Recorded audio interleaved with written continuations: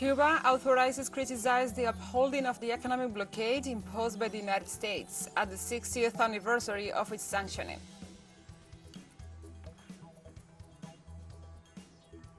Chinese President Xi Jinping and his Russian counterpart Vladimir Putin met in Beijing ahead of the official opening of the Winter Olympics in the Chinese capital.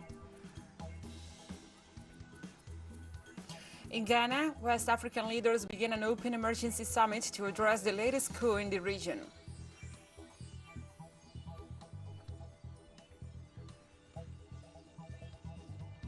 From the headquarters of TeleSUR English in Havana, Cuba, this is From the South. I'm your anchor, Gladys Quesada, and these are the news. In Cuba, authorities criticized the persistence of the economic blockade imposed by the United States at the 60th anniversary of its sanctioning. In a conference given by the Foreign Affairs Office of the Caribbean country, authorities condemned the hostile policy development over 12 U.S. government administrations. The participants of the meeting said the U.S. establishment has bet on a prolongation of a tactic focused on economic smoothing that deprives Cubans of resources for their basic living. The representatives of Cuban society there highlighted that the blockade violates the principle of sovereignty of the largest island of the Antilles.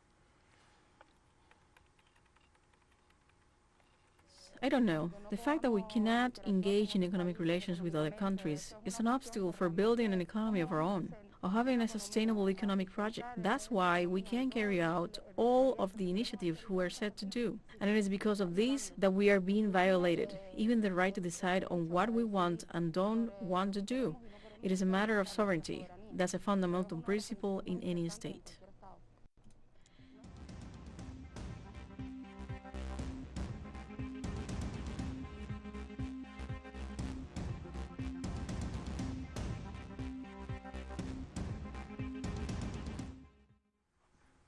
The emergence into the Venezuelan political life of Commander Chavez on February 4, 1992, is considered a crack in the political system existing at the time. The presidential election he won in 1998 was the ultimate fracture. Let's take a closer look at the details of that historic date, which is being commemorated 30 years later. Chavez's appearance in 1992 generated a paradox, distrust because he was a military man, but hope because of the ideas he embraced. The demand of the popular war found an echo in him. They were no longer alone. This is how this 30 years old man feels. The same 30 years Chavez insurrection that is being celebrated.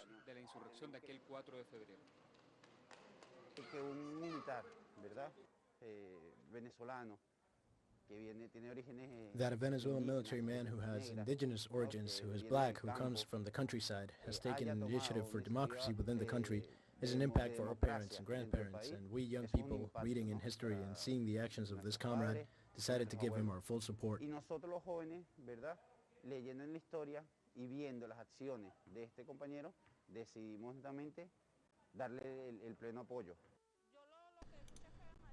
Mariela is a congresswoman and a social leader in the La Vega sector, southwest of Caracas. She is part of the 100 or so families who build their own homes in the Caicachi community with the state support.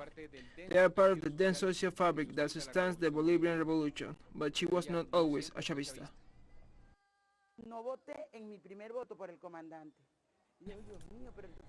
I didn't vote for the Comandante in the first vote because there were doubts, and the president gave the best example of a man of the homeland, a humanist, a man who wanted to make profound transformations, who wanted to call a constituent assembly and make the reform. This opened up the best prospects for building collectively with a government that is at the side of its people.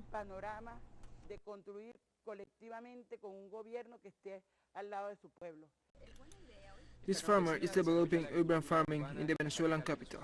She is connected with peasant sectors in the interior of the country and small farmers who are fighting for food, sovereignty, and resisting the side against the Chavista project.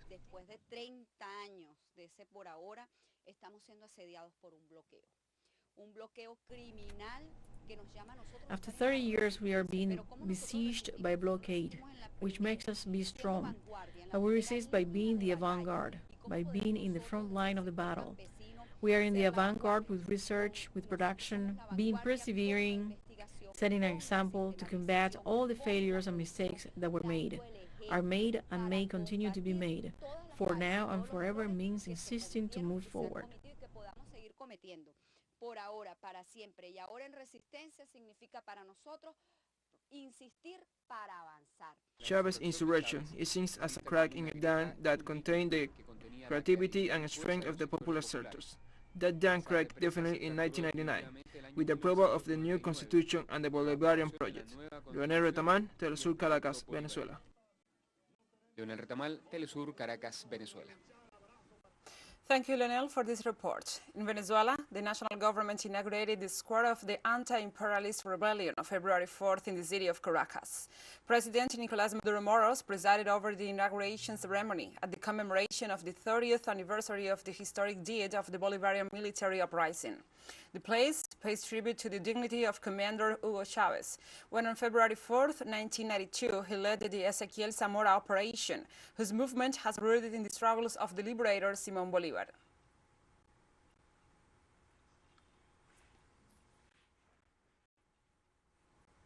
And the Venezuelan president, Nicolás Maduro Moros, said that Venezuela was the first country to oppose the International Monetary Fund model through the political rebellion called El Caracazo in 1989. February 27 and 28, 1989, were the first popular uprising against the neoliberal model of the International Monetary Fund. So it was the people of Venezuela who took to the streets for the first time in Latin America against the attempted submission to the Monetary Fund's orders. Likewise, President Nicolás Maduro indicated that February 4th uprising, led by Commander Hugo Chavez, was not a coup d'etat, but a call of popular awakening.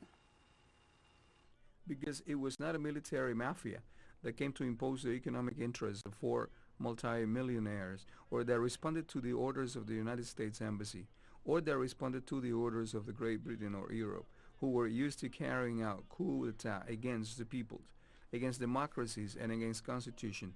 It was never conceived as such. It was a call for rebellion against the attempt to dominate and colonize Venezuela from the North American imperialism through the International Monetary Fund. On the occasion of the 30th anniversary of the military uprising of February 4th, 1992, led by Hugo Chavez in Venezuela, the ALBA TCP countries joined the celebration of this date. Sasha Laurenti, the president of ALBA TCP, recalled this event as historic for Venezuela, for the American continent, and for the peoples of the world. In this Twitter account, on behalf of the Alliance of the People of Latin America, he posted a statement, pointed out the importance of such moment, saying it was an awakening for our national heroes who called for the unity of the peoples and materialized today's alliance, which is more imperialist than ever.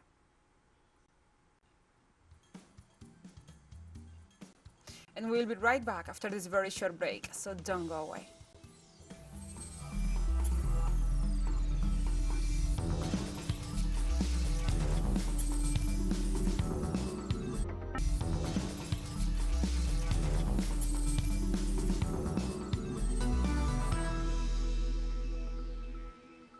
Welcome back to From the South.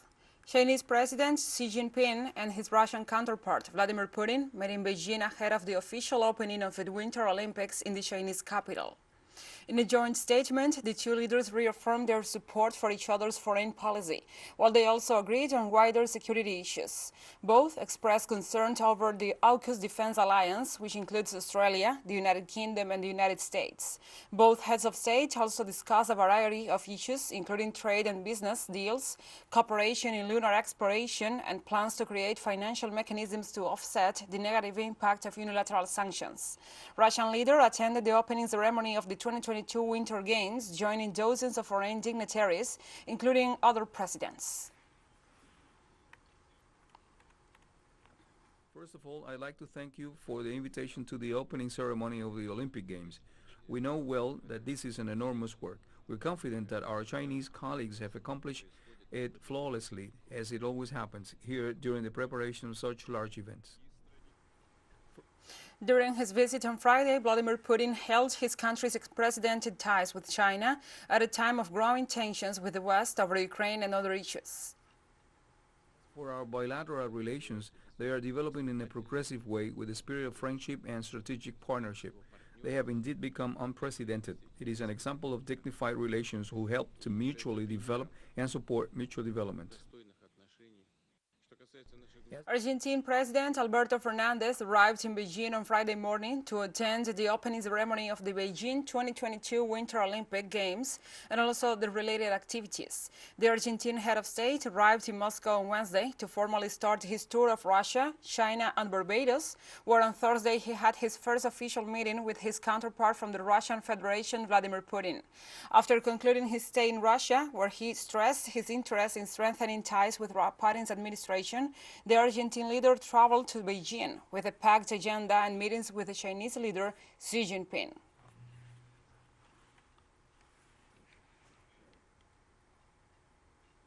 Former Chicago police officer Jason Van Dyke left prison on Thursday after serving less than half of his nearly 7-year sentence for killing black teenager Laquan McDonald in October 2014. Van Dyke was released from the Taylorville Correctional Center in central Illinois. The conditions of his parole and what Van Dyke plans to do next weren't immediately known. McDonald was a 17-year-old African-American youth who was walking away from the police when he was shot 16 times by the former police officer. Meanwhile, protesters gathered Thursday afternoon outside a federal courthouse in Chicago. The demonstration happened hours after the former Chicago police officer was released from prison after serving less than half of his sentence.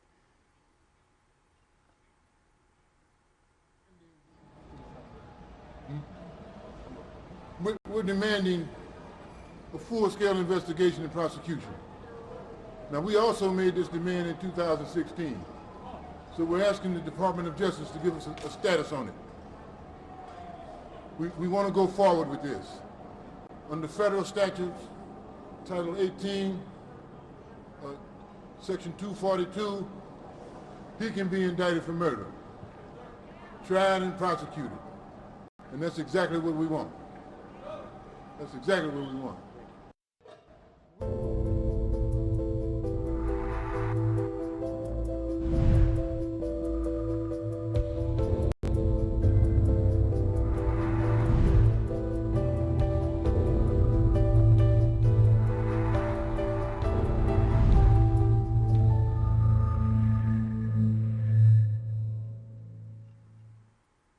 Now we address other topics. Teachers of Colombia protested on Wednesday against the defiances in healthcare services amidst the pandemic that puts the educational community at risk. The school workers affirmed that neither the Ministry of Education nor the Ministry of Health have set up the right infrastructure to ensure on-site classes. From Bogotá, our correspondent Hernán Tovar has the report. In Bogotá, staged a sit-down demanding guarantees for the conduction of on-site classes. They claim to lack the health conditions or biosecurity protocols necessary to receive the students in the educational institution. The necropolitics of the national government and the district authorities force schools to admit students in any way regardless of other safety. That's why today we see these massive surges of infections. The medical entities can't handle the amount of PCR tests or the quarantine certificates. They can see to all of the requests of the teachers and are forcing COVID-positive cases to attend public quarters. Natalia is a teacher in a rural area near Bogotá. She told us that she engages in educational activities because the conditions of these facilities are limited. They don't have a staff to oversee all of the students and are overflowed when it comes to their range of attention. Many of Natalia's co-workers are quarantined due to infection, which is why they ask for new strategies for the gradual return to on-site classes. We have never refused to work on site, but we know now is not a good time for having 100% of students in classrooms. Children want to hug their friends, share, take off their face masks, and speak among each other, and that is increasing infections because it is impossible to keep them calm and tell them not to hug each other or get near one another or socialize the way they are used to. If they were a bit older, maybe it would be easier to avoid these situations. Teachers denounce that neither the national government nor the district authorities have given a response to their claims on these issues. They say that their healthcare provider doesn't tend to their requests in a timely manner, as delays occur frequently without any consideration whatsoever of the consequences that this has for the educational community amidst the pandemic. This puts many lives at risk. which means that today in Bogota we have over 10,000 teachers with COVID. Today, those are 10,000. Multiply that by the number of students and parents, that is a real massacre in terms of rights to housing safety and life. That's why we are here. The teachers collected an array of written complaints on the deficiencies in healthcare services for which they will be present at the health direction and the healthcare providers' headquarters. They intend to make their voices be heard so the lives of students and teachers in Colombia are respected, and they will make noise for as long as the much needed measures are applied both in the health system and schools around the country. And we have more stories coming up after this final short break, so stay with us.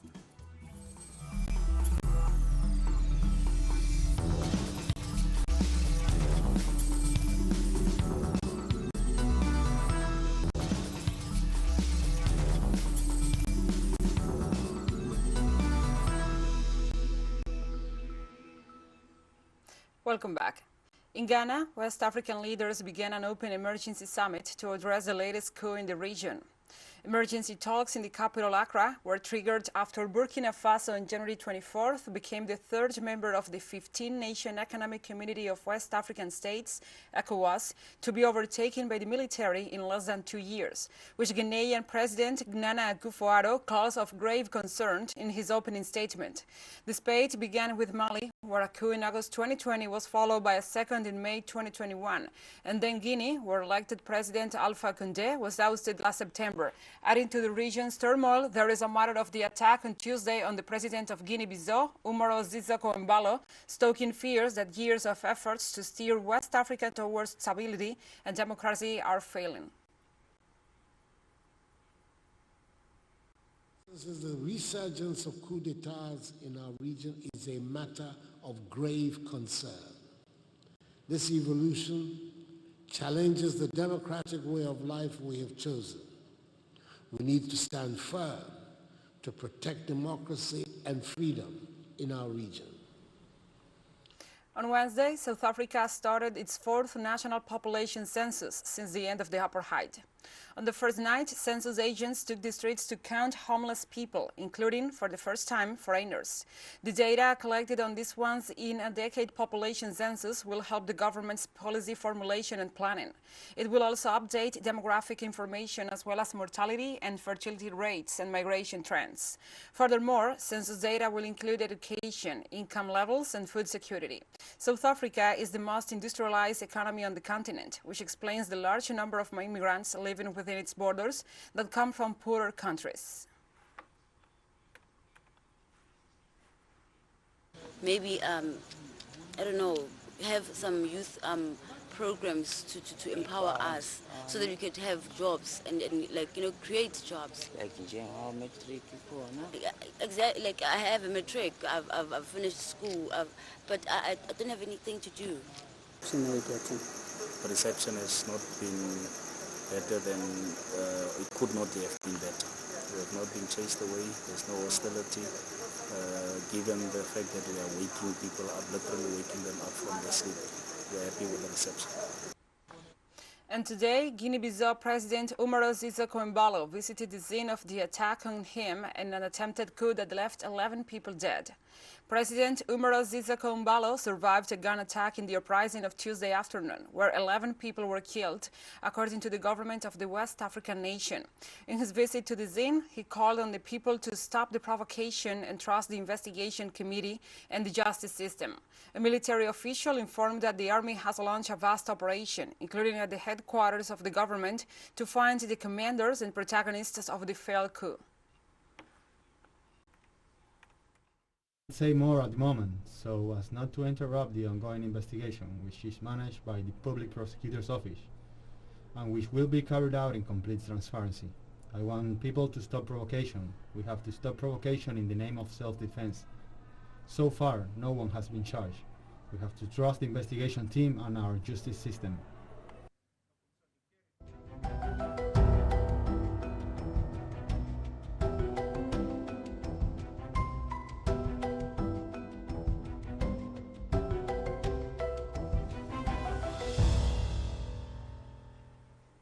Now we address other topics. At the neighborhood of La Gasca in Quito, the effective and powerful actions of several social organizations and public institutions continues after the mudslide last Tuesday.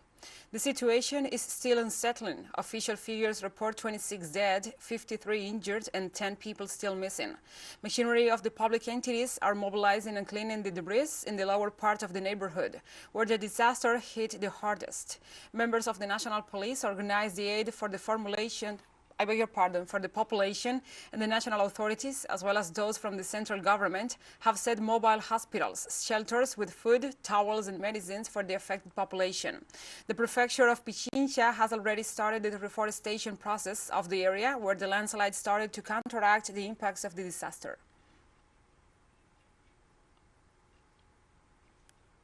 A strong earthquake registered this morning with a magnitude of 6.8 in the Peruvian region of Amazonas has so far left 26 houses affected and another 30 uninhabitable on the district of La Jalca Grande in the province of Chacachapoyas.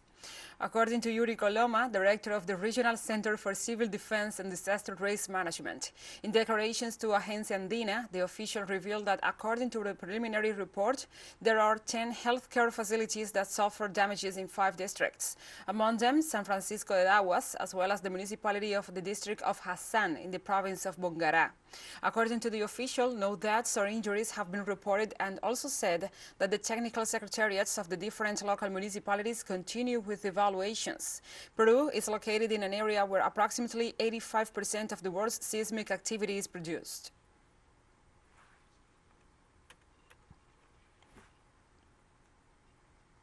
In Kenya, there have been persistent attempts by powerful individuals to seize control of chunks of legendary forests, so far protected by historic laws against uncontrolled logging and environmental destruction.